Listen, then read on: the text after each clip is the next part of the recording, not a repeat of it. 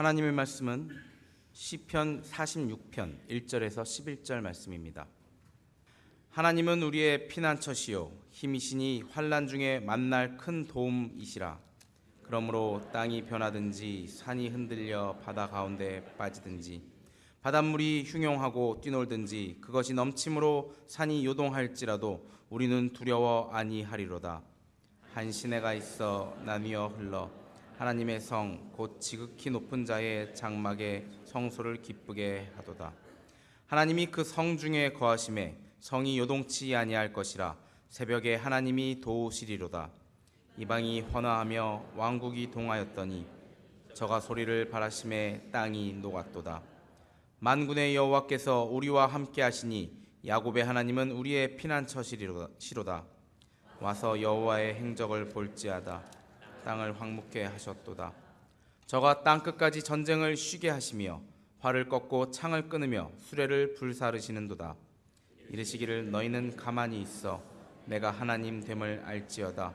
내가 열방과 세계 중에서 높임을 받으리라 하시도다. 함께 읽겠습니다. 만군의 여호와께서 우리와 함께 하시니 야곱의 하나님은 우리의 피난처시로다. 아멘. 서로에게 평강의 복을 기원하는 마음으로 샬롬 인사 나누시기 바랍니다. 샬롬. 샬롬. 오늘 아가페 성가대의 찬양 은혜로웠죠? 예, 시편 142편의 말씀을 가사로 불렀던 은혜로운 찬양이었습니다. 우리가 살아가는 세상에는 시험도 많고 위험도 많습니다. 사고도 많고 평균도 많습니다. 한국의 최고의 갑부라고 하는 이건희 삼성 회장의 재산이 2014년도 올해 13조에 육박한다고 그래요. 제가 가진 것보다 조금 적습니다. 세계 최고의 갑부라고 하는 빌 게이츠의 재산이 2014년도에 80조에 가깝다고 합니다. 제가 가진 것보다 조금 적습니다. 저는 100조를 가지고 있으니까요. 사람의 신체에 세포가 몇 개가 있느냐 하면 100조가 있습니다. 그러니까 저도 부자지만 여러분도 부자이십니다. 그러나 가지 많은 나무에 바람 잘 날 없다고 돈이 많으면 편리한 것도 있겠지만 돈 때문에 근심 걱정 많고 고민 갈등 많습니다. 사람의 몸에 100조나 되는 세포가 있다 보니까 이 공중에 떠도는 수많은 박테리아 바이러스가 그 세포 중에 어느 하나에 틈타 들어와서 병을 일으키고 암을 일으킬 수가 있으니 꼭 많은 것이 좋은 것은 아니죠. 여러분, 그렇게 우리가 살고 있는 이 세상에는 시험도 많고 위험도 많고 사고도 많고 병균도 많은데 그럼에도 불구하고 우리가 평안히 살 수 있는 이유는 하나님의 보호가 우리와 함께 하심인 줄로 믿습니다. 하나님의 보호 때문에 우리는 평안히 살 수가 있어요. 근데 평안히 사는 것하고 무사태평하고는 다르죠. 하나님 우리가 평안히 살기를 원하시지만 무사태평하기를 원치 않으십니다. 무사태평하게 사는 것은 오히려 위험스러운 일입니다. 위태한 것이죠. 왜 그런가 하니 에스겔서 16장 49절에 소돔성이 멸망한 이유가 나옵니다. 소돔성이 왜 멸망을 했던가? 그것은 교만함과 음식의 풍족함과 태평함 가운데서 그들이 가난한 자들을 돌아보지 아니하고 하나님 앞에서 가증한 일을 행했기 때문이었다. 소돔성 패망의 이유가 나오는 가운데 거기에 태평함이 있습니다. 태평함, 무사태평한 것.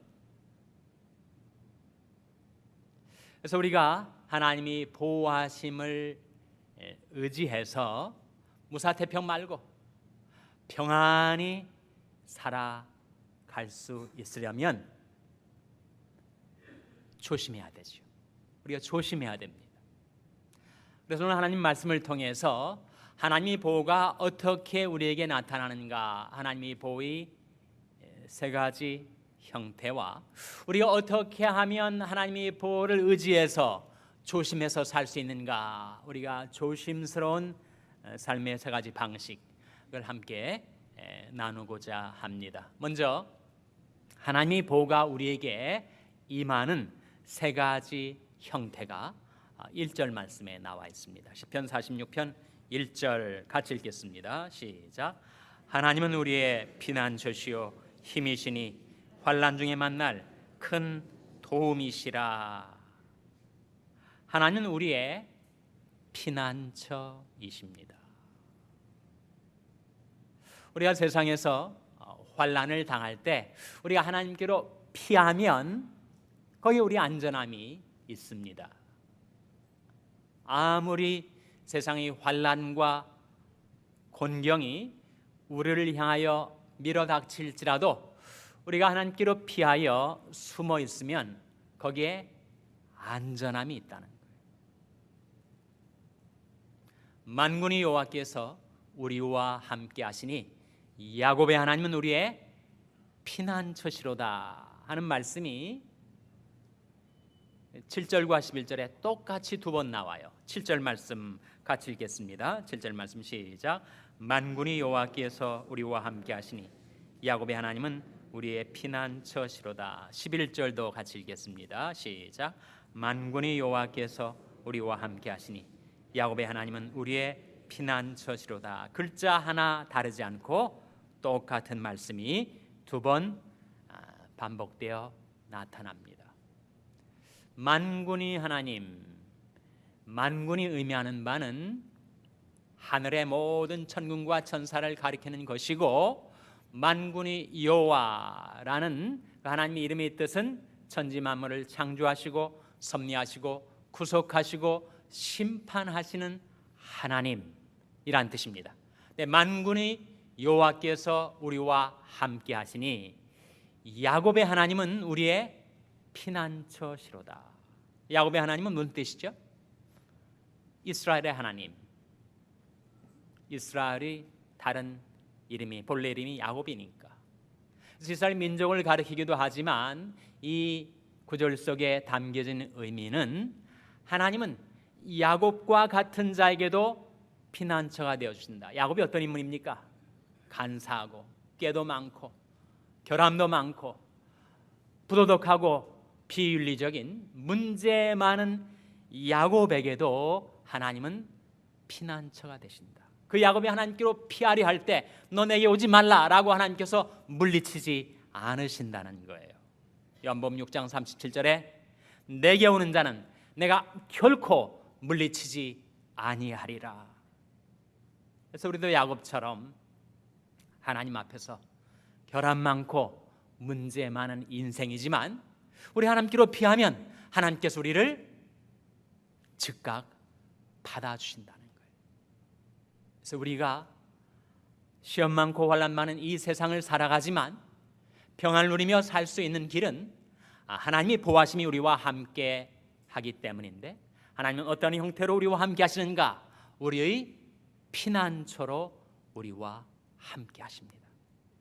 잠언 30장에 보면 아주 미약한 동물이지만 정말 땅에서 지혜로운 동물 4가지가 나옵니다.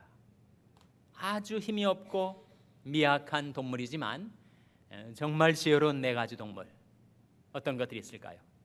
거기 보면은 개미, 그리고 메뚜기, 그리고 도마뱀, 그리고 사반이 나옵니다. 사반.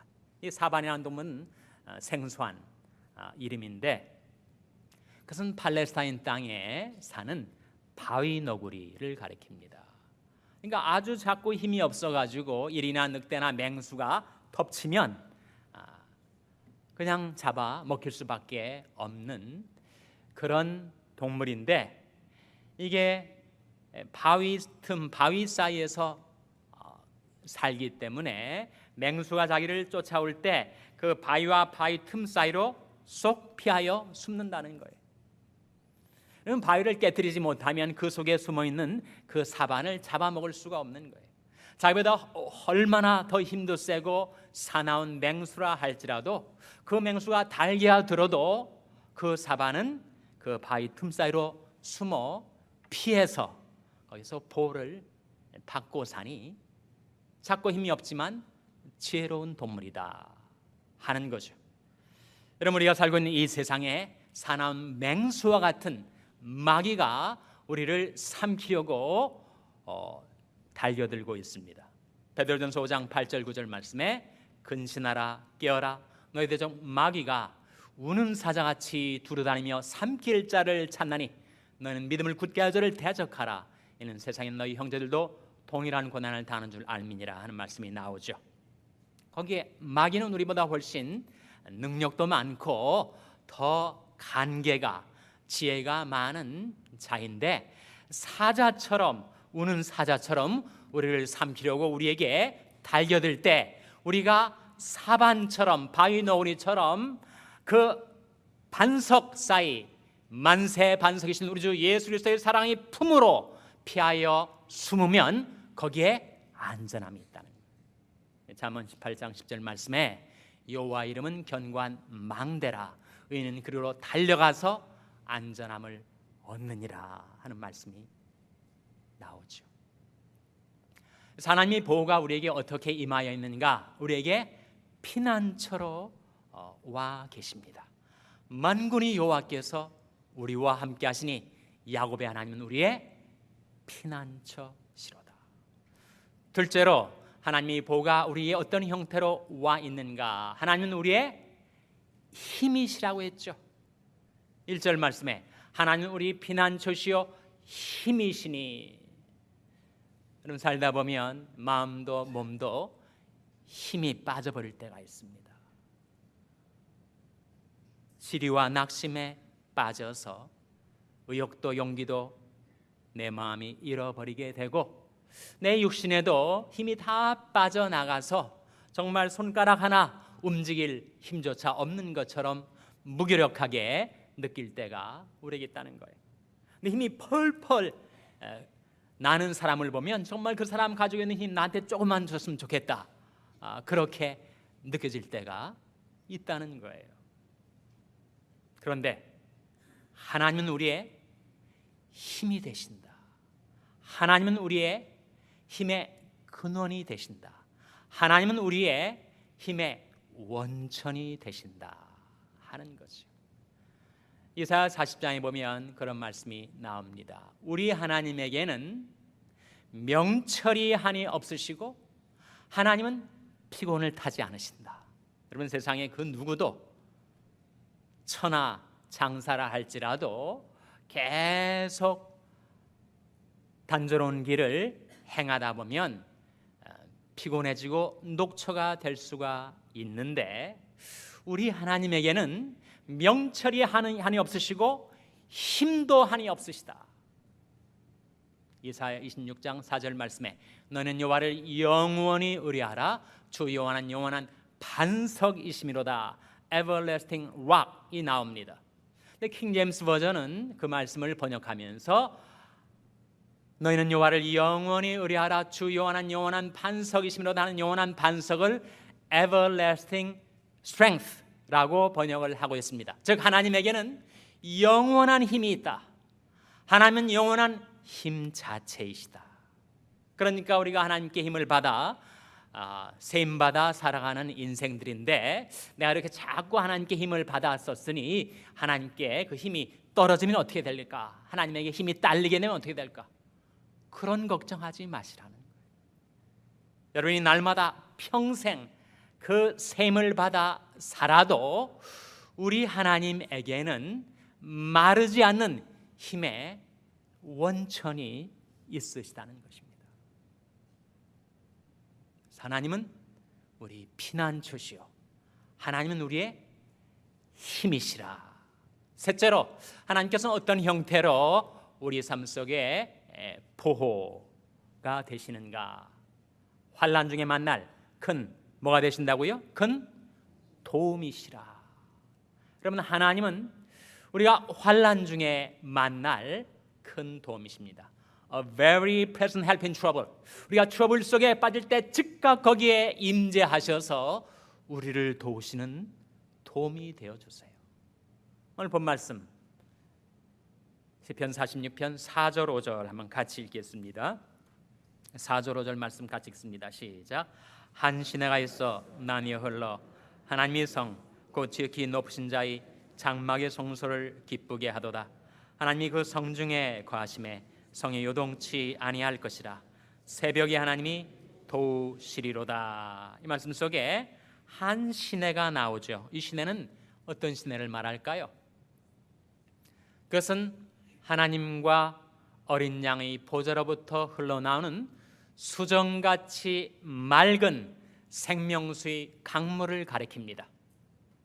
요한계시록이 보여주는 바대로 우리가 영원 세계 속으로 진입하게 될 때 하나님과 어린 양 우리 주 예수 그리스도의 보좌가 그 샘물 근원이 되어서 온 세상을 향하여 수정같이 맑은 생명수의 강물이 흘러넘치게 될 것인데, 그것이 종말로부터 현세 우리들이 살고 있는 이 세상 가운데로 그 시냇물이 흘러들어오고 있다는 거예요. 그 시내는 뭐를 가리키는가? 성령의 강, 말씀의 강을 가리킵니다. 여러분이 정말 목이 타드는 것 같은 그런 갈증을 느끼실 때를 경험하셨을 거예요. 제가 최근에 수술을 받으신 분 얘기를 들어보니까 너무 입술이 말라 들어가가지고 간호사를 불러서 좀 내 입술에다가 솜으로 물을 좀 적셔달라고, 못 살겠다고. 그래서 간호사가 들어와서 물 적신 솜으로 입술을 이렇게 죽여주면 살 것 같은데, 그리고 나가서 간호사가 문 밖으로 나가면 또다시 입술이 마르고 목이 타는 거예요. 그런데 그러할 때 우리에게 수정같이 맑은 생명수의 강물이 흘러오게 된다면 여러분, 그 사람은 얼마나 상쾌해지고 샘을 얻겠습니까? 누구든지 목마르거든 내게로 와서 마시라. 나를 믿는 자는 성령의 이름과 같이 그 배에서 생수의 강이 흘러나리라 하시니, 이는 자기를 믿는 자의 받을 성령을 가리켜 말씀하신 것이라. 이 시내, 이 강물은 성령의 강물, 말씀의 강물을 가리키는 것입니다. 성령이 우리 심령 속에 임하시게 되면 우리 마음이 상쾌해지게 돼요. 내가 마음도 몸도 힘을 잃었을 때 하나님의 말씀을 받아 먹으면 내게 새 힘이 생겨납니다. 한 시내가 있어 나뉘어 흘러 어디로 흘러가는가? 하나님의 성, 곧 지극히 높으신 자의 장막의 성소를 새롭게 한다 했을 때, 그 하나님의 성, 지극히 높으신 자의 장막은 뭘 가리키는 것일까요? 그것은 바로 교회를 가리키는 것이죠. 그래서 오늘이 바로 오순절 성령 강림절인데, 하나님과 어린 양 우리 주 예수 그리스도의 보좌로부터 흘러나오는 수정같이 맑은 생명수의 강물, 성령의 강물, 말씀의 강물이 하나님의 교회 속으로 흘러들어와 교회 속에 있는 지체된 여러분 한 분 한 분이 심령과 삶 속에 넘쳐흐르게 되시기를 주님의 이름으로 축원합니다. 일단 5절 말씀에 하나님이 그 성중에 거하심에 성이 요동치 아니할 것이라. 온 세상은 요동을 칩니다. 분유합니다. 한순간도 안정이 없는 것처럼 그렇게 불안정하고 요동치는 세상 가운데서 살아가지만, 하나님이 그 성중에 거하심에 그 교회 가운데 거하시고 그 가정 가운데 거하시고 그 여러분이 자녀들의 삶 가운데 거하시고 여러분이 인생 가운데 거하시면 어떻게 된다고요? 성이 요동치 아니할 것이라. 새벽에 하나님이 어떻게 하신다고 했습니까? 도우시리로다. 그래서 여러분이 살다가 환난을 당하게 되었을 때 그때 새벽 제단으로 달려 나오세요. 새벽에 하나님이 도우시다 말씀하신 그 하나님 앞에 나와서 부르짖어 도움받게 되시기를 바랍니다. 환난 날에 나를 부르라. 내가 너를 건지리니 네가 나를 영화롭게 하리로다 하신 말씀대로입니다. 그래서 하나님의 보호가 연약한 우리 인생 가운데 와 계시는데 어떤 형태로 와 계시는가? 첫째로 하나님은 우리의 피난처시요, 둘째로 힘이시니 환난 중에 만날 큰 도움이시라. 하나님의 보호가 우리에게 약속되어 있으면 그걸로 다 되는 거 아닙니까? 그럼 자동적으로 내 인생은 무사태평 살 수 있게 되는 것 아닙니까? 그렇지 않다는 거예요. 하나님의 보호가 약속되어 있지만 우리 편에서 행해야 할 일이 있다는 것입니다. 고린도전서 10장 12절 말씀에 그런즉 선줄로 생각하는 자는 넘어질까 뭐하라고요? 조심하라. 조심. 어떤 방식으로 조심해야 할 것인가? 세 가지가 있습니다. 첫째로 내 인생 속에 환난과 역경이 밀어닥칠 때 그때 하나님께로 돌이켜서 하나님께로 피하여 숨는 일에 조심하여야 됩니다. 그때도 여전히 방심하고 그때도 무사태평하고 그때도 하나님께로 돌이키지 않고 하나님께로 피하지 않으면 우리 인생은 위태로워지는 것이죠. 무엇에서 조심하라는 말인가? 하나님께 피하여 숨는 일에 조심하라는 것입니다. 시편 5편 11절 12절 말씀에 오직 주에게 피하는 자는 다 기뻐하며 주의 보호로 인하여 영영이 기뻐 외치며 주의 이름을 사랑하는 자들은 주를 즐거워하리이다. 여호와여 주는 의인에게 복을 주시고 방패로 함같이 은혜로 저를 호위하시리이다. 그런 말씀이 나와요. 거기에 오직 주에게 피하는 자란 말씀이 나오죠. 여러분이 인생길에 환난과 곤경이 닥쳐올 때 그때 하나님께로 피하시라는 것입니다. 시편 16편 1절 말씀에 하나님이여 나를 보호하소서 내가 주께 피하나이다. 끊임없이 하나님께로 돌이켜서 우리 피난처가 되시는 하나님께로 피하는 일에 우리는 조심해야 하죠. 둘째로 무엇에 조심해야 하는가? 내 심령도 육신도 힘을 잃고 무기력해졌을 때 정말 그 힘 한 가닥 내게 좀 주어졌으면 내가 일어날 수 있겠다 싶을 그때 우리의 힘의 원천 되시는 하나님을 앙망하는 데 있어서 조심하셔야 됩니다.